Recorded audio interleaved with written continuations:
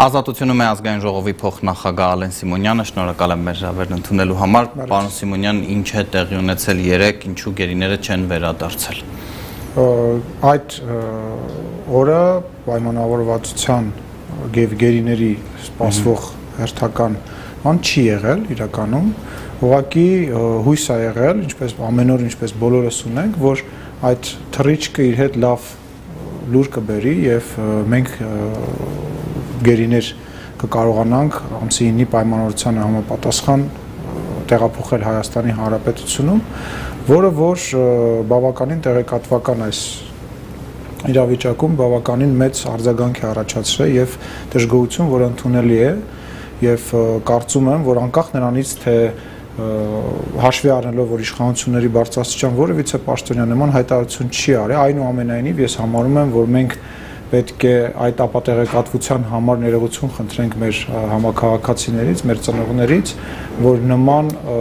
ցնցումի ենք ենթարկել եւ մենք ինքներս նման ցնցումի ենք ենթարկվել։ Պարոն Սիմոնյան, կարծես այնքան էլ այդպես չէ, Մանե Գևորգյանն է հաստատել, ֆակտորին, եթե չեմ սխալվում, Ավինյանի գրասենյակը չասաց, որ նախատեսված չէ, միայն ասաց հետաձգվել է, այսօր որ պայմանավորվածությունը խախտել Անդրանիկ Քոչարյանն էր ասում։ Տեսեք, պայմանավորվածության մասին խոսացած Անդրանիկ Քոչարյանի ասածը ես կմեկնաբանեմ հետեւյալ ձևով, որ խոսքը գրում է ընդհանուր առմամբ ամսի 9-ի հայտարարությամբ, որի 8-րդ կետով նախատեսվում է բոլոր պահվող անձանց վերադարձը, ինչ վերաբերում է Մանե Գևորգյանի եւ գրասենյակի, մենք մշտապես սպասում ենք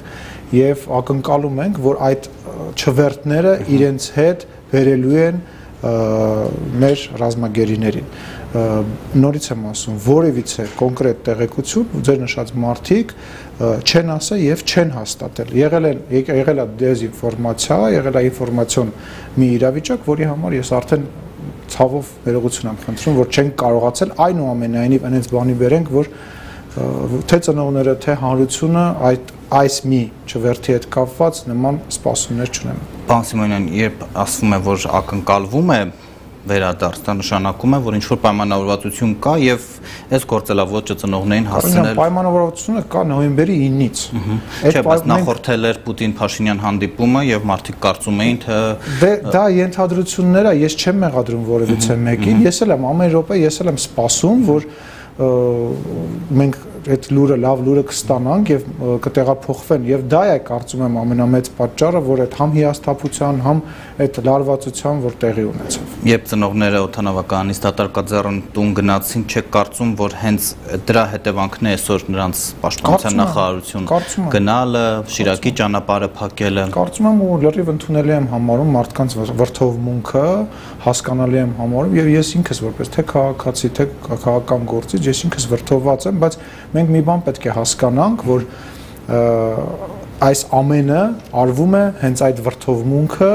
հենց այդ իրավիճակը Հայաստանի Հանրապետությունում խորացնելու համար։ Ում կողմից։ Ադրբեջանի կողմից եւ նաեւ նախընտրական այս իրավիճակի վրա ազդեցություն ունենալ եւ վստահ եմ, որ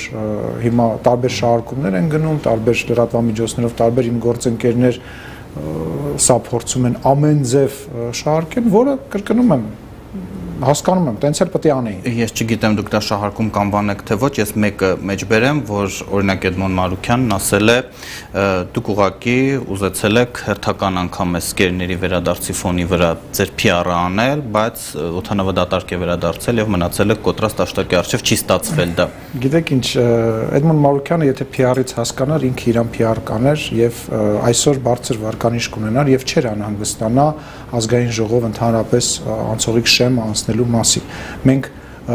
ընդհանրապես PR բառը մեր ռազմագերիների եւ մեր ցավի հետ օգտագործել իրավունք չունենք ու իրան էլ խորհուրդ չեմ տալիս, նույնիսկ իշխանությանը հարվածելու համար նման ձևակերպումներով հանդես գալ։ Պարոն Սիմոնյան, այնուամենայնիվ, այն որ կառավարությունից հաստատել են գերիների վերադարձ, ըստ էության այսօր նաև Ռուսաստանի խաղաղապահ զորախմբի հրամանատար Ռուստամ Մուրադովն է ասել եւ հակադարձել է դրան, ասելով, որ դա կեղծ պրովոկացիա է, պետք է ձեզ հարցնել, թե ինչու եք մարդկանց մոլորության մեջ գցում սովորական աշխատանքային հարցեր, վերադարձ նախատեսված չէր։ Ես կրկնում որևիցե նախ եկեք սկսենք նրանից, որ որևիցե տրամաբանություն նույն պարոն Մուրադովի աշխատանքի ընթացքում գերիների վերադարձի թե քանակի ոչ չկա, ոչ կարող է լինել։ ուստի ինչ որ հղումներ անել այս կամ այն պաշտոնյայի վրա, այս կամ այն իրավիճակի վրա ճիշտ չէ։ Մենք պետք է մի բան հասկանանք։ Ես դիտել եմ պարոն Մուրատովի արձագանքը եւ ես կարծում եմ, որ թե պարոն Մուրատովը, թե մենք պետք է զբաղվենք ընդամենը մի բանով։ Դա ամսի 9-ի Ռուսաստանի Դաշնության նախագահի եւ երկու պետությունների նախագահների կողմից ստորագրված փաստաթղթի 8-րդ կետի իրագործումը, որը մինչ օրս տեղի չի ունեցել։ Եվ թե ես, թե պարոն Մուրատովը պետք է զբաղվենք միայն դրանով։ Դուք ծանոթ եք Ադրբեջանի հայտարարությանը, որ 8-րդ կետի գերիների վերադարձի թեման ըստ էության փակ է, որովհետև նոյեմբերի 9-ի Երակոմ հայտարարությունը չի տարածվում Ադրբեջանում պահվող այն հայ զինծառայողների վրա, որոնք համաձայնությունից շաբաթներ անց են ձերբակալվել, մասնավորապես երևի Խծաբերդը նկատի ունեն։ Դե տեսեք, այնտեղ գրված է նաև «Удерживаемые милиции» եւ այլն, բայց դա բնական է շահարկում է, որովհետև ես ձեզ արդեն ասացի, շատ ակտիվորեն հետևում է թե Հայաստանի Հանրապետությունում ինչ քայլ է, ինչ արձագանք է ստանում, դուք նույնիսկ տեսնում եք, որ հռետորաբանությանը այդ մասնակցում է նախագահը Ադրբեջանի, ինքը մասնակցություն է ունենում, խոսում է մեր պաշտոնյա, մի օր, չգիտեմ, նախագահներից մեկին է պատասխանում, մի օր Փաշինյանի հետ կապված էր հայտարարություն անել, եւ ես ուզում եմ, որ մենք բոլորս հասկանանք, որ սա արվում է զուտ քաղաքական նպատակահարմարությունից ելնելով Ադրբեջանը փորձում է սա օգտագործել իր քաղաքական նպատակների համար։ Այսօր 5-րդ ամիսն է լրանում այս եռակողմ հայտարարության եւ այս հարցը չի լուծվում։ Դուք չեք կարծում, որ Հայաստանը առանց գերիներին վերադարձնելու չպետք է գնար այսչափ զիջումների, բացեր ճանապարհները ապաշրջափակելու խոսակցությունը, վերադարձներ անգամ մարդասպանության համար այստեղ դատապարտված ադրբեջանցիների, նույնիսկ 90-ականներից այստեղ մնացած ադրբեջանցիների աճունները վերադարձներ եւ հիմա ոչինչ չունի տալու դրա դիմաց։ Գիտեք, նախ համաձայն չեմ, որ ոչինչ տալու կամ չտալու մենք խնդիր ունենք, չնայած նրան, որ պատերազմի ընթացքում հայկական կողմը պարտվել է այս մի պատերազմում, այնուամենայնիվ հավատացեք, որ թե ռազմաքաղաքական դաշինքների, թե տարբեր քաղաքական հարցերի մասով մենք շատ ու շատ տեղեր ունենք, որտեղ որ կարողանում ենք եւ պետք է մտնենք այդ բանավեճի մեջ։ Ինչ վերաբերում է արժեր թե չարժեր, մենք մեր պարտավորությունները մեր կողմից կատարել ենք ու կատարելու ենք։ Եվ մի կողմի բարեխիղճությունը, ոչ բարեխիղճ լինելը չի կարելի ի ցույց դնել մյուս կողմի բարեխիղճ լինելով, ասելով դե ինքը բարեխիղճ չէ։ Մենք մեր կողմից կատարում ենք եւ պահանջում ենք այն փաստաթղթի իրագործումը, որը որ ստորագրվել է, եւ ես ձեզ վստահեցնում եմ, որ բնական է մենք ավարտին կհասցնենք այս գործընթացը։ Ես իմ անձնական կարծիքով պետք է ասեմ, որ ըստ իս մենք այս քաղաքական, ներքաղաքական իրադարձությունների, այսպես ասած, հանգուցալուծումը միջև չտեսնենք, մենք վերջնական չենք կարողանալու բոլոր նման հարցերի լուծումը ստանանք։ Նկատի ունեք ընտրությունները մինչև։ Ես կարծում եմ, որ շատ դժվար է լինելու եւ մինչև ընտրությունները փորձելու են ամեն կերպ շահարկել, որովհետեւ դա խաղաքարտ է ցավոք սրտի, որով որ կարելի է ազդել Հայաստանի Հանրապետության ներքին քաղաքականության վրա։ Դա իմ անձնական կարծիքն է։ Իսկ գուցե իրականում խնդիրը թույլ իշխանության մեջ է, ինչպես որ ձեզ մեղադրում են, որ պարտությունից հետո Փաշինյանի հետ հաշվի չեն նստում, այ մենք լինեինք, Ալիևը կտար գերիներին։ Ես ներողություն եմ խնդրում, բայց այդ խոսակցությունները շատ սին խոսակցություններ են, որովհետև իշխանությունները արդեն ձեր ասած 5 ամսվա ընթացքում ապացուցեցին, որ իրենք թույլ չեն։ Նաև միջազգային առումով Պուտին-Փաշինյան հանդիպումների թե արձագանքների, թե այսպես ասած գործընթացները ցույց են տալիս, որ նման խոսակցությունները սին են։ Երբ այդ խոսակցությունները պետք են ասվում է, որ իշխանությունը թույլ է, երբ պետք է ասել, որ պետական ռեսուրս է օգտագործվում ինչ-որ բան անելու համար, ասում են իշխանությունը պետական ռեսուրս է օգտագործում։ Այսինքն, երբ ոնց պետք է, դա շահարկում են։ Ոչ, Կարլեն ջան, ոչ, հարգելի գործընկերներ, Հայաստանի Հանրապետության իշխանությունը թույլ չեն, որտեղ Հայաստանի Հանրապետության իշխանությունը ընտրված են, ունեն ժողովրդի աջակցությունը եւ չնայած նրան, որ մի պատերազմում մենք այսօր ունենք բացասական արդյունք, այնուամենայնիվ հավատացեք, որ նման բան չկա։ Ինչ է հիմա ուզում Ադրբեջանը, շատ է քննարկվում Սյունիքով Միջանցք, ոչ թե ուղղակի ճանապարհների ապաշրջափակում, այլ Լաչինի Միջանցքի պես մի բան ռուս խաղապահների ուղեկցությամբ կնանգան։ Ես զարմանում եմ, որ մենք նորից այդ հարցը քննարկում ենք, որովհետև շատ,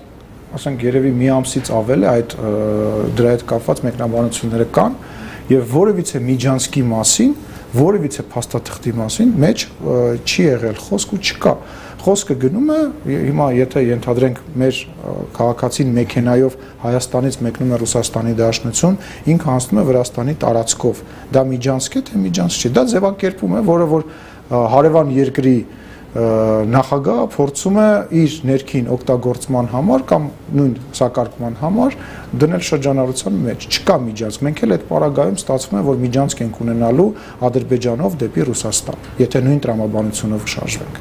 Մյուս հարևանի մասին ձեր որոշ կուսակիցների ասացները վկայաբերելով պիտի ձեզ հարցնեմ, հիմա Թուրքիան այնուամենայնիվ թշնամի է, թե ոչ, Երևանը պիտի երկխոսություն սկսի Անկարայի հետ, թե ոչ։ Տեսեք, Երևանը մշտապես պատրաստ է եղել առանց նախապայմանների երկխոսություն ձեր ասած սկսելու, դրա վառ ապացույցներից եղել է թե ֆուտբոլային դիվանագիտությունը, թե երբ որ մեր արտգործնախարար Նալբանդյանը ամբողջի մեջով շարժում էր եւ փորձում էր Էրդողանին թուղթ փոխանցել եւ թուղթեր փոխանցում եւ այլը Հայաստանի Հանրապետության ռազմավարական դաշնակիցը Ռուսաստանն է եւ ռազմավարական առումով բոլոր հարցերի ձեր պատասխանը կա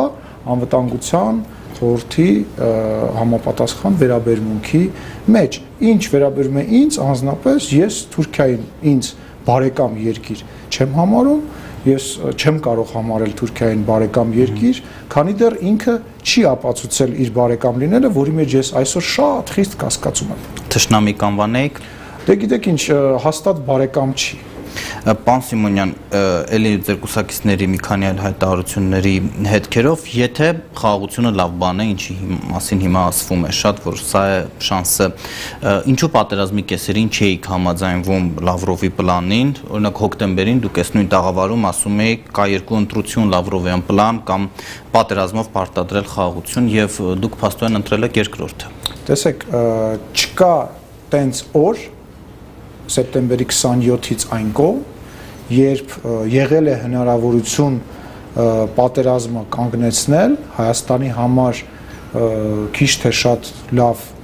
իրավիճակում եւ հայկական կողմը այդ շանսը չի օգտագործել, չի եղել նման բան։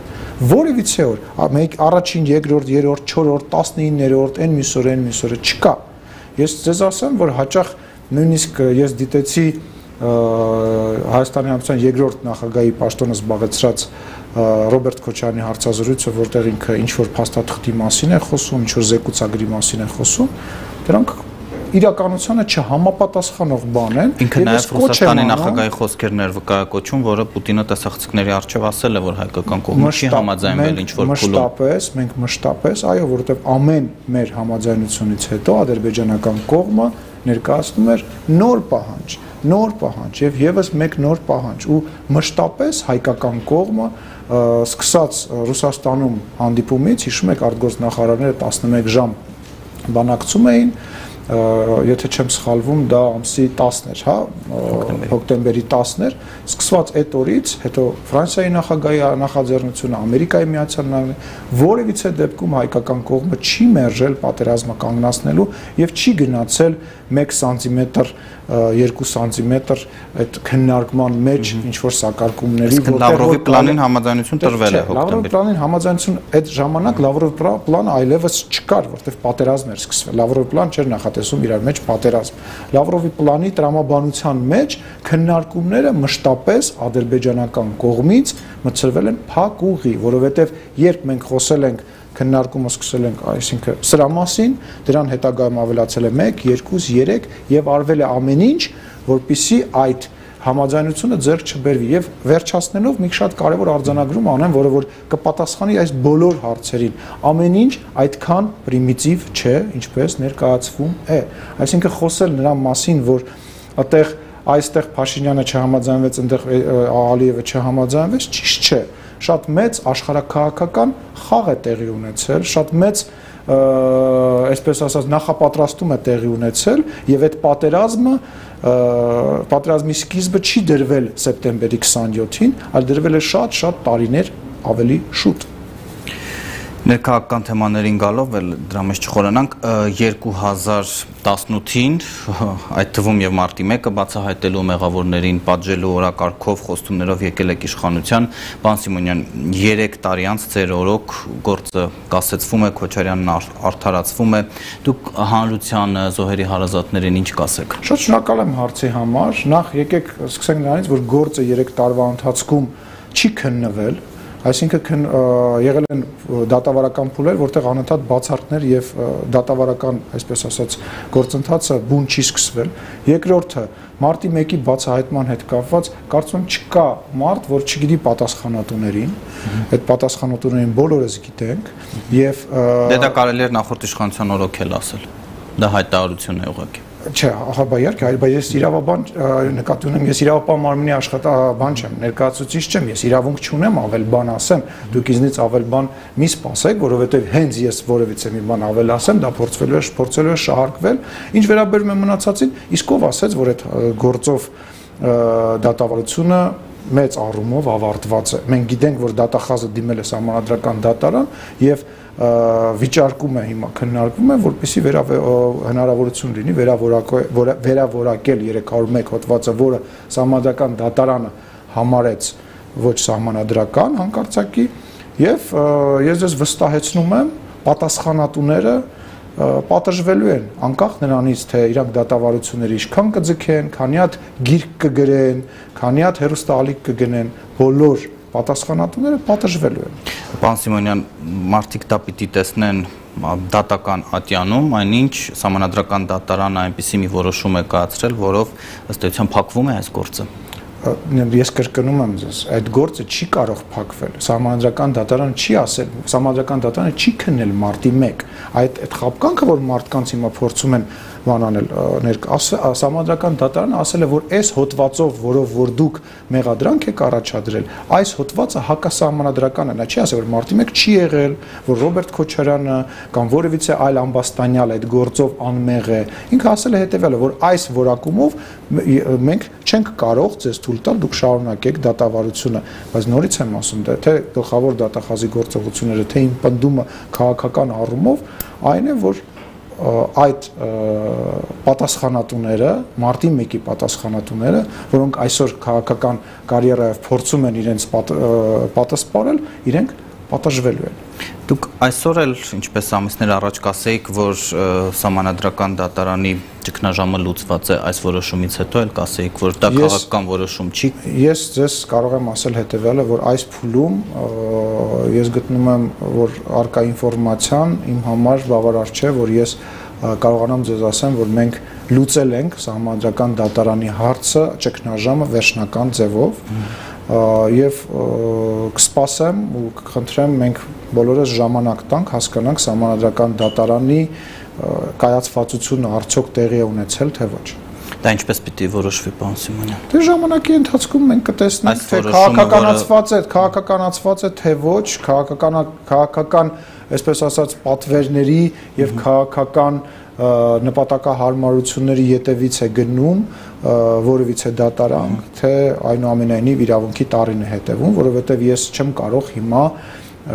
այս մի որոշումով նման պնդում անեմ։ Այնուամենայնիվ իմ քայլից որոշ պատգամավորներ արդեն ասել են, որ դա քաղաքական է։ Դա իրենց մասնավոր գնահատական է, սա էլ իմ մասնավոր գնահատականն է, որտեղ ես եմ ձեր հյուրը տաղավարել։ Դուք հիմա հետահայաց կհամաձայնվեիք քաղաքասարակության քննադատության հետ, երբ ժամանակին ձեր առաջադրած, ձեր ընտրած ավելի ճիշտ թեկնածուներին, Խունդկարյան, Վաղարշյան, Շաթիրյան քննադատում էին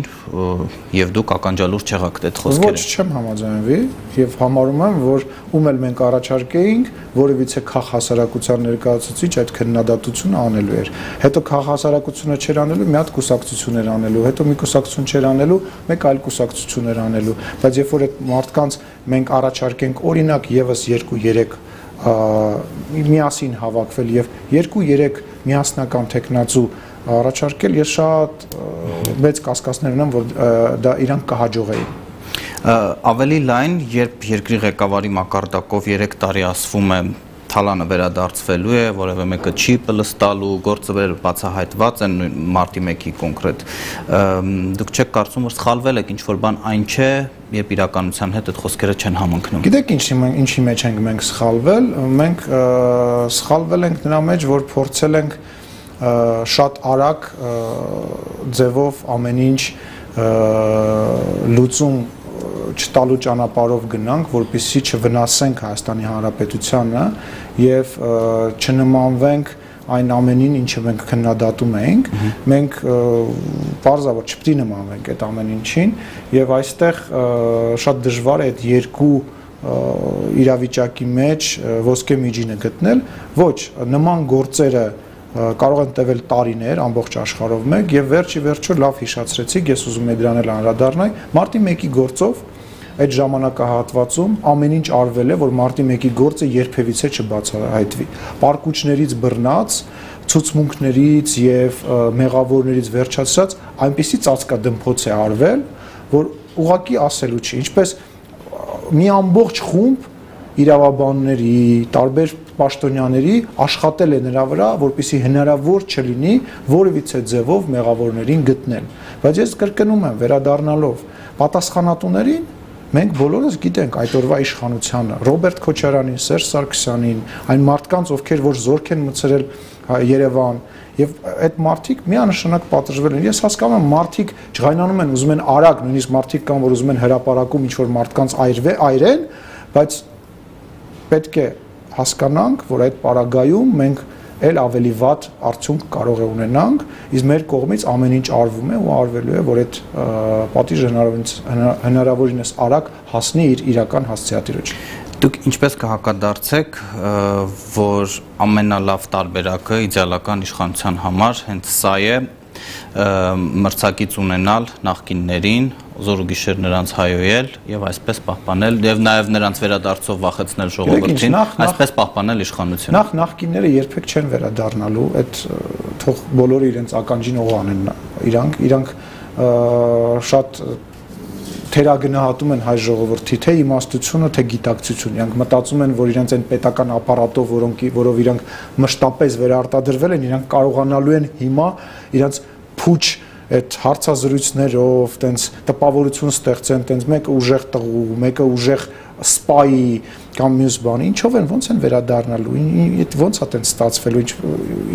Հայաստանի Հանրապետության ժողովուրդն էլ ընդհանրապես այս ամեն ինչի մեջ որևիցե մասնակցություն չունի, այդ տրամաբանությամբ են իրանք ապրել ու հիմա էլ պետք է տենց լինի, բացառում եմ ես դա, ինչ վերաբերում է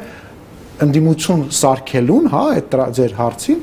ներեցեք, բայց 20 տարվա ընթացքում Սերժ Սարգսյանն ու Ռոբերտ Քոչարյանը բոլոր հնարավոր ընդդիմություններին վերացրել են եւ ընդդիմադիր դաշտը եղել է ամայացած, եղել է մի հատ Նիկոլ, մի հատ երկու հատ ուրիշ քաղաքական գործիչ, որոնք հիմա իշխանություն են դարել, իսկ հիմա իրանք ունենալով են ֆինանսական ռեսուրսները, որը իրանք տարիների ընթացքում կուտակել են, փորձում են ընդդիմադիրի կերպար ստեղծել։ Եվ ստեղ մենք մի անելիք ունենք, հնարավորինս այդ դաշտի մեջ չմիջամտենք, որովհետեւ արհեստականորեն ոչ իշխանությանը հաճո ընդդիմություն ստեղծենք, ոչ էլ որևիցե ձևով նախկիններին փորձենք վերակենդանացնենք։ Բայց իրադրությունն է բերել այն ամեն ինչին, ոչ թե իշխանությունը, որ դուք ասում եք։ Մարզային այցերի մասին վարչապետի կա քննադատություն, որ ընտրություններից 2-3 ամիս առաջ սա քարոզչություն է, ընդ որում նաև վարչական ռեսուրսի կիրառմամբ։ Ես ներողություն եմ խնդրում, բայց բոլոր քաղաքական ուժերը անում են մարզային այցելություններ, քարոզչությունը սկսվում է ընտրությունների հաջորդ օրը, երրորդը վարչապետը մշտապես արել է այդ այցերը եւ վերջի վերջո ներողություն եմ խնդրում, ինչ ռեսուրսի մասին է խոսքը։ Մենք, չգիտեմ, պետական ավտոբուսով Երևանից կամ ուրիշ մարզերից մարդ ենք բերում, պետական բյուջեի հաշվին ենք դա անում։ Միակ բանը այն է, որ վարչապետը իր մեքենայով է գալիս, որը պետական մեքենա է։ Չգիտեմ, այսինքն որքանով կարելի է դա համարել պետական ռեսուրս։ Դուք պաշտոնյաներ եք, այդ թվում եւ դուք որպես խորհրդանի փոխոսնակ մասնակցում եք այդ այցերին, այնտեղ դիմավորում են մարզպետներ, համայնքների ղեկավարներ, Կանոնն ես ամեն շաբաթ խոստումներ են տրվում պետության կողմից։ Ես գրեթե ամեն շաբաթ որպես падգամավոր, հիմա կարող եմ նույնիսկ ցույց տալ վերջի հանդիպումներս, հանդիպում եմ բազմաթիվ քաղաքացիներին, նաև իմ գրասենյակում,